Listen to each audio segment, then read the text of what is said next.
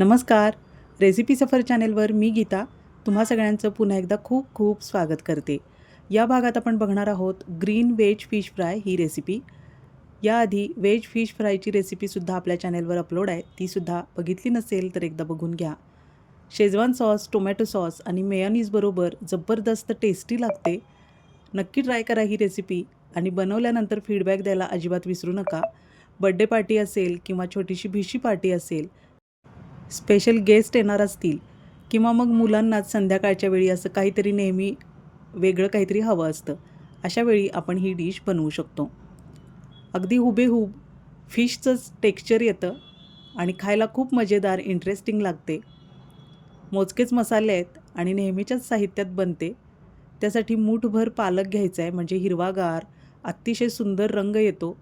1 मिनिटांसाठी पालक मी उकळून घेतला आहे आणि लगेचच तो निथळूनसुद्धा घ्यायचा, एका वाटीत ठेवला आहे. यातलं पाणी काढून टाकायचं, म्हणजे पेस्ट छान फाईन होते. अशी गुळगुळीत पेस्ट पाहिजे आपल्याला. हे बघा, असं पाणी निथळून घ्यायचं आणि पाणी काढून टाकायचं आहे.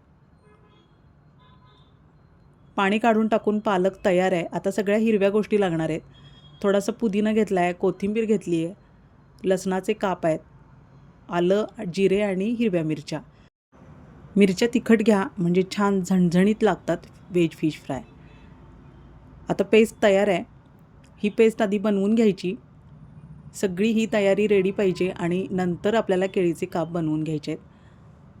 2 चमचे गव्हाचं पीठ घ्यायचं आहे आणि तेवढंच आपल्याला अरारूट लागणार आहे. अरारूट नसेल तर कॉर्नफ्लॉर घेतलं तरी चालेल. यात आता हिरवी पेस्ट मिक्स केली आहे. चवीप्रमाणे मीठ टाकायचं, हिंग टाकायचा अर्धा चमचा, जिरे टाकायचे आहेत अर्धा चमचा आणि त्यानंतर चिकन 65 मसाला 1 चमचा टाकायचा आहे. हा मसाला नक्की टाका, यामुळं छान टेस्ट येते. हा नसेल तर फिश फ्राय मसालासुद्धा चालणार आहे. आता पाणी टाकायचं नाही, कारण पेस्ट आपली ओलसर आहे. यामध्ये हे पीठ अगदी व्यवस्थित मिक्स होणार आहे. पेस्ट पातळ बनू द्यायची नाही, ती अशी मळूनच घ्यायची आहे. मळल्यामुळं ती कापांवर व्यवस्थित लागते. हे बघा, मळून तयार आहे पेस्ट. अशाच पद्धतीनं घट्टसर पेस्ट आपल्याला बनवून घ्यायची आहे. आता केळी मी सालीपासून वेगळी केलेली आहेत. आता एक केळी कशी सोलायची ते दाखवते. असे उभे कट्स देऊन घ्यायचे सुरीनी. याची साल जाड असते, लवकर निघत नाही, त्यामुळं असे काप देऊन घ्यायचे आणि त्यानंतर आपल्याला साल मोकळी करून घ्यायची आहे. असे काप दिले की लगेचच साल काढता येते, म्हणजे केळी सालीबरोबर निघून येत नाहीत.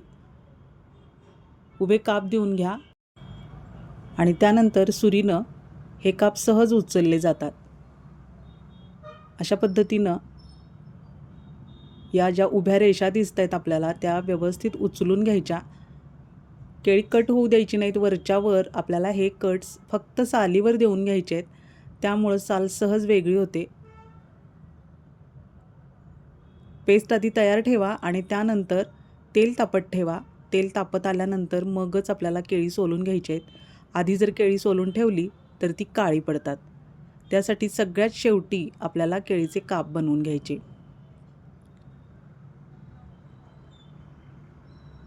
साल मोकळी करून घेतले. अशाच पद्धतीनं हे सुद्धा केळ मी व्यवस्थित सोलून घेणार आहे. आता किसणीचा जो जाड भाग आहे त्याच्याने आपल्याला जाडसर स्लाईस काढून घ्यायचे आहेत केळीच्या.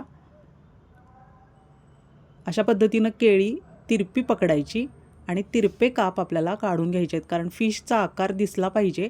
त्यासाठी आपल्याला केळ तिरपं पकडायचं आहे आणि त्यानंतर असे जाडसर सगळे काप काढून घ्यायचे आहेत. बघा, अशा पद्धतीनं काढून घ्या. खूप पातळ काढायचे नाहीत, नाहीतर ते वेफर्स होतील तयार. जाडसर काप पाहिजेत आपल्याला. एका ताटात ब्रेड क्रम्स घ्यायचं आहे. आता ब्रेड क्रम्स नसतील तर कुठल्याही प्रकारचे पोहे तुम्ही मिक्सरला लावून त्याची पावडर बनवू शकता, किंवा कॉर्नफ्लेक्सचा चुरा चालेल. आपले नेहमीचे साधे कांदा पोहे चालतील, मक्याचे पोहे चालतील, पातळ पोहे चालतील. पेस्ट व्यवस्थित मळून घेतल्यामुळं ती अशी व्यवस्थित त्यावर लागते आणि सुटून येत नाही. आता जर चिकटत नसेल तर थोडासा पाण्याचा हात लावायचा आणि दोन्ही बाजूला ही पेस्ट आपल्याला अशा पद्धतीनं स्प्रेड करून घ्यायची. गव्हाचं पीठ असल्यामुळं पाण्याचा हात लावला की लगेचच ती पसरते आणि कापांवर व्यवस्थित कोट होत राहते. कोट झाली आहे. आता आपण ब्रेड क्रम्समध्ये व्यवस्थित ती घोळवून घ्यायची. सुटून येत नाही अजिबात. असे सगळे काप आपल्याला तयार करून ठेवायचे. खूप जास्त पातळ पेस्ट जर बनवली तर सगळी सुटून जाईल आणि त्यावर कोट होणार नाही आणि ब्रेड क्रम्ससुद्धा लागणार नाहीत. त्यामुळं अशी मळल्यासारखीच पेस्ट बनवून घ्यायची. काप तयार आहेत. एका बाजूला तेलसुद्धा तापत ठेवले मी. मीडियम करायचं आहे गॅस. खूप मोठ्या गॅसवर काप तळायचे नाहीत.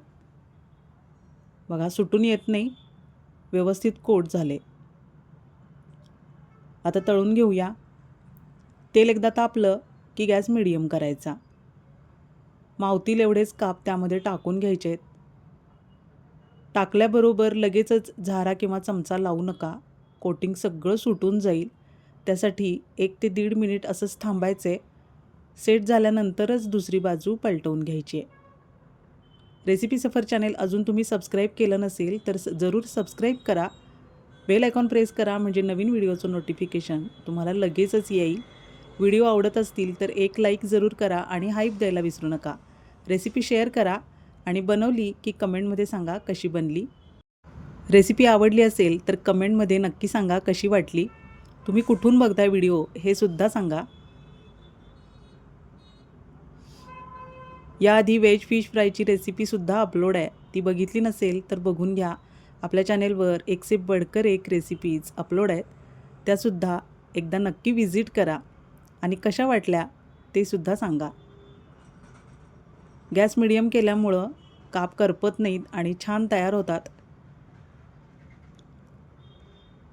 तुम्ही याआधी केळीचे काप कोणत्या पद्धतीनं बनवत होता ते सुद्धा सांगा. व्यवस्थित तळले गेलेत बघा. आता काढून घेऊया. ब्राऊन रंगावर आलेत. त्यामुळे छान लागतात. टेक्स्चरसुद्धा अगदी फिशसारखंच दिसते. शेजवान सॉस, मेयोनीज आणि टोमॅटो सॉसबरोबर नक्की एन्जॉय करा ही रेसिपी. खूप छान लागते.